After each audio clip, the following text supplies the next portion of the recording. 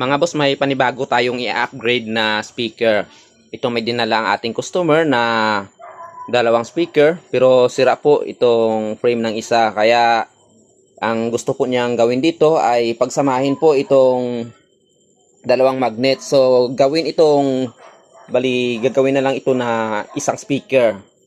So ito, pagsamahin daw itong dalawang magnet. Ito mga boss, i-upgrade natin pati ang voice coil nito.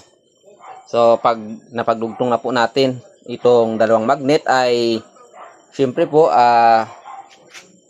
lulubog po ang ating full phase. Kaya itong full phase po na dito sa kabila ay idudugtong po natin para habulin po niya ang taas ng ating magnet.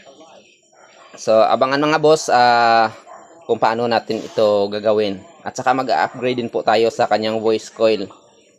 Noon kung naalala ninyo, mayroon din po tayong in-upgrade. Ang double magnet na speaker ay ginawa po natin na 4 magnet. Tapos nag-upgrade po tayo sa kanyang voice coil.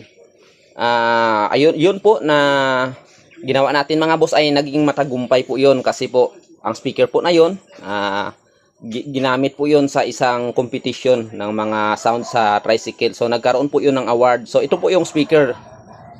Ayan po yung nakikita po ninyo sa inyong screen.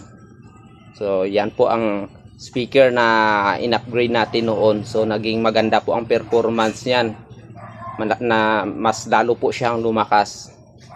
So ito mga boss, abangan ito mga boss kung paano natin ipapakita ko sa inyo kung paano natin ito gawin.